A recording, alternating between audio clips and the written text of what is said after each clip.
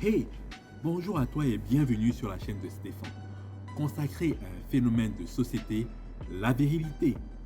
D'ores et déjà, je t'invite à mettre un like, à t'abonner et à cliquer sur la cloche des notifications. N'oublie pas de partager. Laisse-moi un commentaire ou une critique pour qu'on puisse continuer à débattre ensemble. A plus.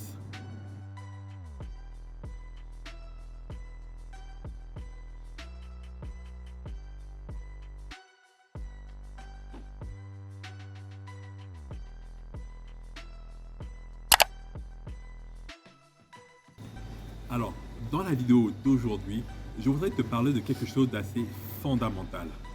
Je voudrais te parler de l'amitié. Et la question c'est comment avoir une relation amicale en toute confiance.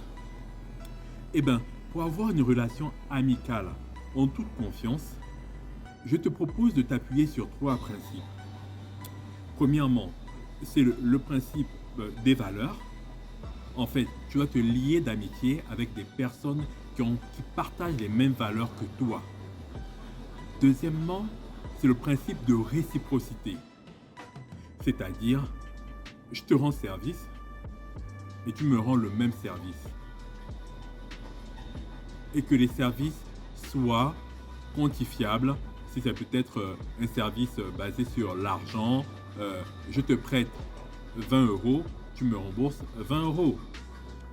Le troisième principe, c'est le principe de la preuve sociale. Allons-y. Alors, pour être dans une relation amicale, en toute confiance, donc le premier principe, sont les valeurs.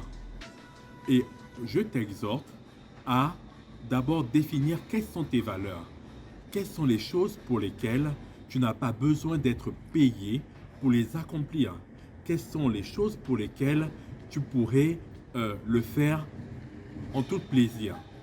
Et en fait, cette chose-là, cette valeur-là, tu dois la partager avec la personne avec qui tu te lis d'amitié. Ça peut être une sortie au cinéma, ça peut être la famille, ça peut être la bonne bouffe, ça peut être du bon vin. En tout cas, partage tes valeurs avec la personne que tu veux avoir comme ami en fait. Parce que ça ne sert à rien, admettons, tu aimes le bon vin et que cette personne-là n'aime pas du tout le vin. Alors, à quel moment vous allez vous rencontrer? Ou bien tu as plutôt une valeur famille assez forte et la personne avec qui tu veux te lier d'amitié a peut-être une valeur fête qui est assez forte. Tu comprends très bien que vous ne pourrez jamais vous rencontrer et vous tenir au même endroit au même moment. Parce que si tu emmènes ton ami dans la valeur famille, il est sûr qu'il va s'ennuyer. Par contre, si lui, il t'emmène dans ses valeurs de fête, eh bien, tu auras vraiment l'impression de ne pas être à ta place.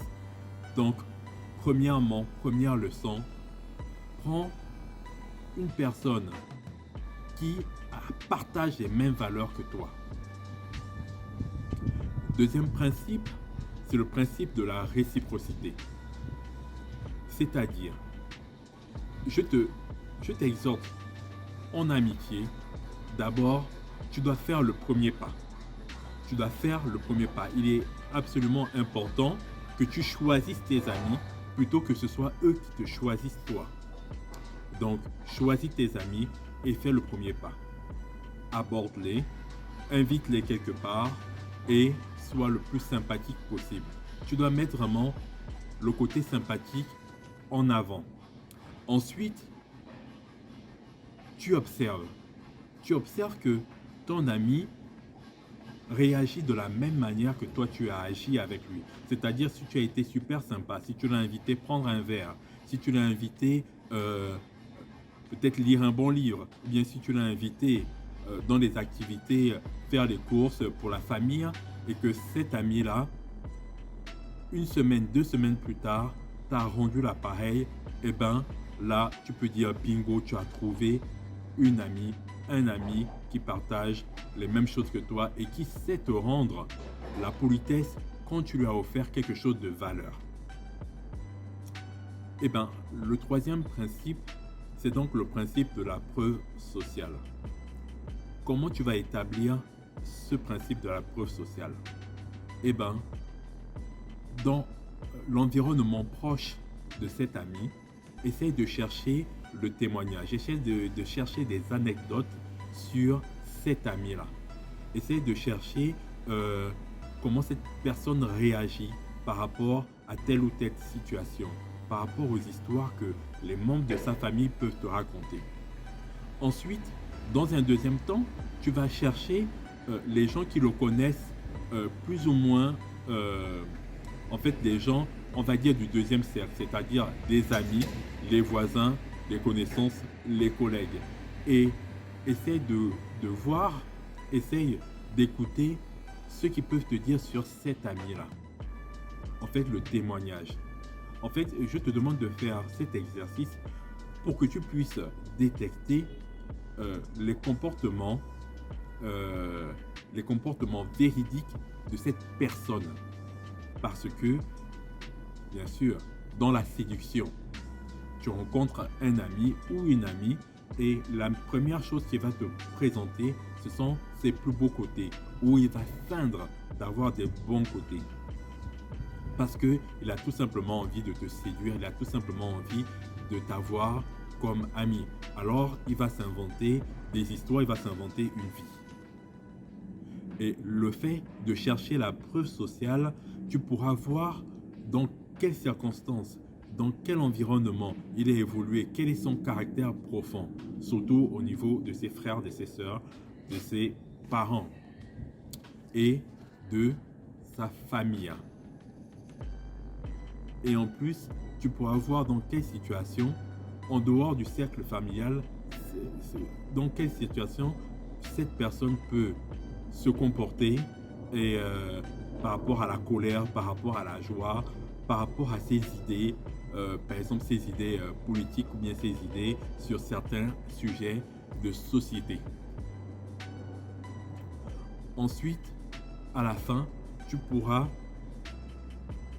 aborder cet ami et lui poser la question franchement pour que lui-même, il te donne le témoignage de son bon comportement, le témoignage de sa bonne pensée.